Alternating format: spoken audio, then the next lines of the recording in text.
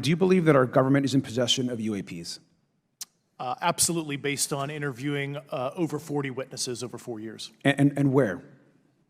I know the exact locations, and those locations were provided to the Inspector General. Has any of the activity been aggressive, been hostile in your reports? I know of multiple colleagues of mine that got physically injured. And the activity, and I got to... By UAPs or by people within the federal government? Both. If you were me, where would you look? Titles, programs, departments? I'd be happy to give you that in a closed environment. I can tell you specifically. And I would say, and I've told people that you have to know where to look. They're not going to divulge it to you because of the classification levels. But if you know where to look and who to talk to, which is exactly what Mr. Grush can point you, then you have them.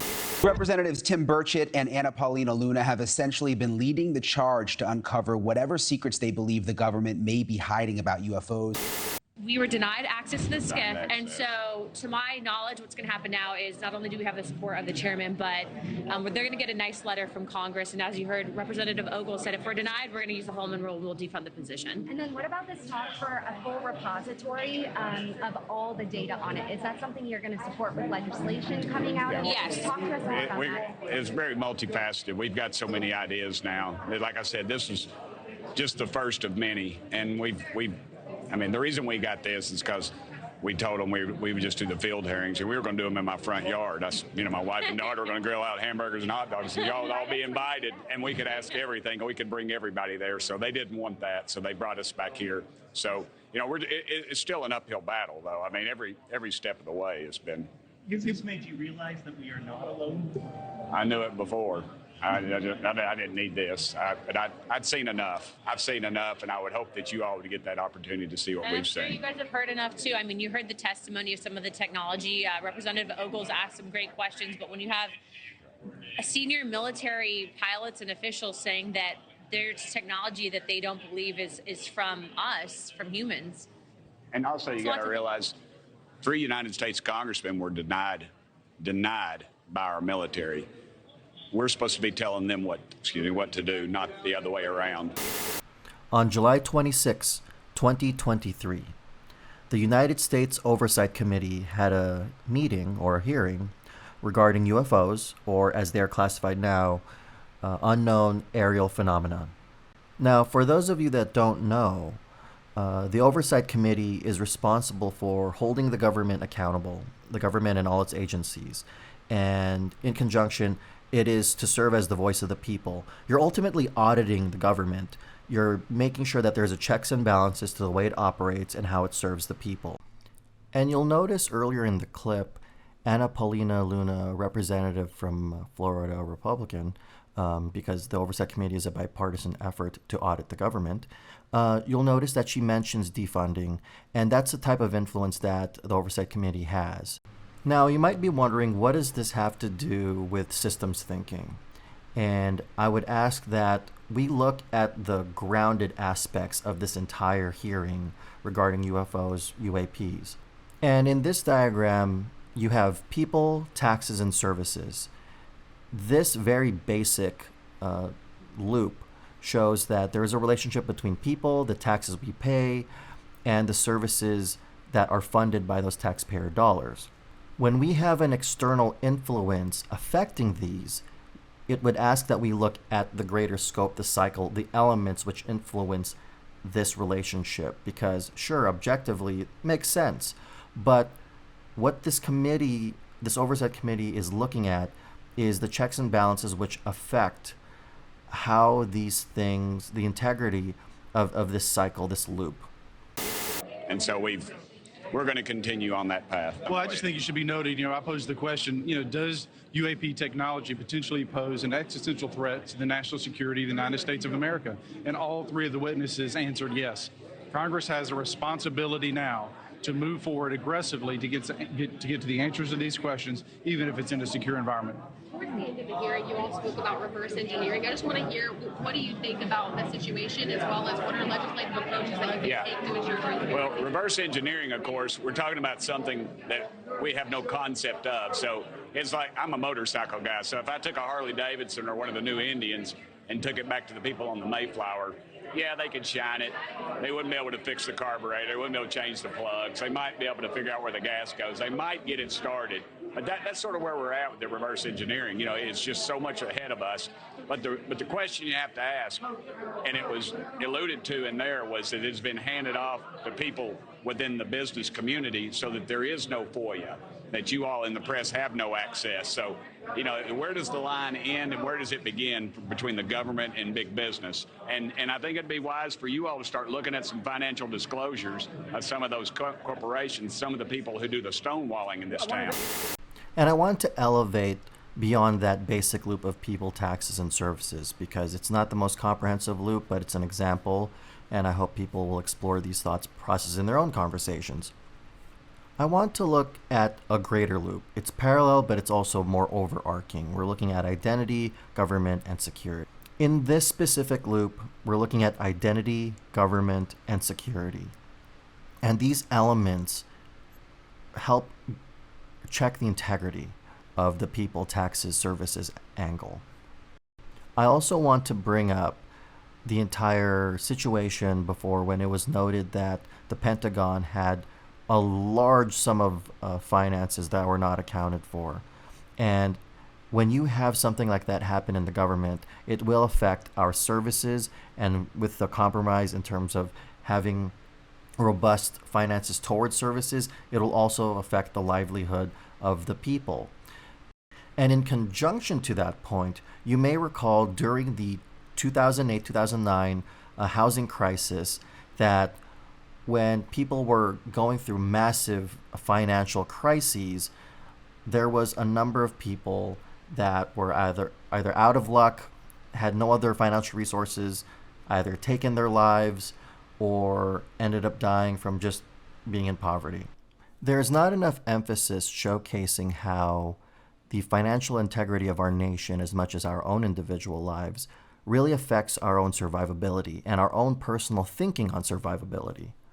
So to get into this particular loop, we have identity, which is the integrity of the identity of our nation, our own, social culture.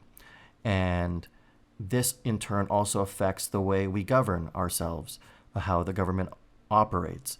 And in turn, that is connected to the security, the governing factors which keep our identity and government intact. And, to expand on security, this could be the FBI, the CIA, ultimately the intelligence community.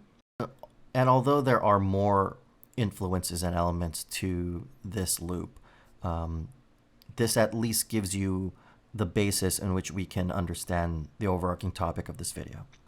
And as with anything that is within systems thinking, you can revise these things. Like, for instance, I don't even know, or I'm pretty sure identity is not the most accurate element in this loop. But when I developed this thought, this was the closest I got to, And so from the top, we look at the relationship between identity and government, the nation's identity, general understanding of association to government, pretty smooth. Government to security, understood. But when it comes to security, to national identity, that integrity, now it starts to question how much control the government has with itself. Because when you have the intelligence committees not in alignment and are hiding things from other parts, now you wonder, how much integrity does the nation have with what it does and how it functions? You talked about the intel communities blocking access. We're going to continue to see that. And my second question is about the corporations. You mentioned corporate interests. I'm wondering if you all are planning on naming names in that sense. Well, that's why we want to get in the skiff and get some of those names, if these folks can stay healthy long enough. But again, I had a piece of legislation, very simple. It just said that when a commercial airline pilot reports a sighting or something unusual, an anomaly in the air, that when he reports that to FAA, they report it to Congress. And I was told by leadership that it was blocked by the intelligence community, not the intelligence committee. but the intelligence community. And that is a very chilling effect. Someone can reach through the veil of government and pierce it to the point of we do not have access to something. You got to start asking yourself who the hell's in control. But you guys also should too be asking these questions of the intelligence community, because we can only do so much as members. That's where you guys really pick up the slack, right? So keep the pressure on. I thought it was incredibly amusing that after this hearing happened, it didn't become viral. No one really cared. I mean, sure, a number of the UFO documents confirming their existence was released even earlier than this, but it's something different to have a physical hearing happen by the Oversight Committee, because they are the perfect committee that can publicly expose this topic and not just a bunch of documents that, you know, people can easily disbelieve or see as a cover. And I want to mention that over the last week, retired Major David Gresh, who was looking to expose these shadow elements that were dealing with UFOs, there was this quote-unquote leak that happened regarding his mental illness and, you know, experiencing PTSD, especially, you know, being in the service. That is something that happens. Like, you will experience PTSD. So, you know, mental health shaming him was a really petty tactic. And it might make you wonder, like, if he had PTSD, why did they feel like he was still qualified to continue his service? And so, you know, when it comes to mental health shaming, low blow. But beyond that, we're looking at this diagram here. And I hope this diagram exposes the thought process in a systems thinking format, how we're functioning with this topic in mind. We have human citizens, of course, who are elected into office, that are part of the government, but then you also have non-human interests. And we're talking about intelligence community influences, extraterrestrial associations, we don't know. But it is this outlier, this non-human interest, this outlier that deserves some attention. And it wasn't really brought up or emphasized, but a lot of conspiracy theories talk about how this shadow government is operating, and Congress is, at this point, looking to call it out.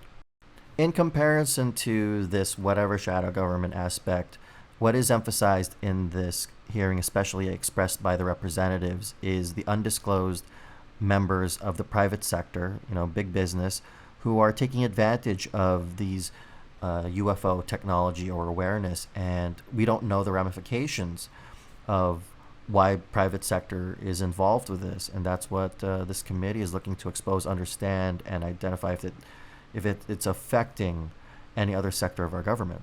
And I would like to close this video with Representative Burchett, representative of Tennessee, talking about the ramifications of this current scenario that's facing us right now.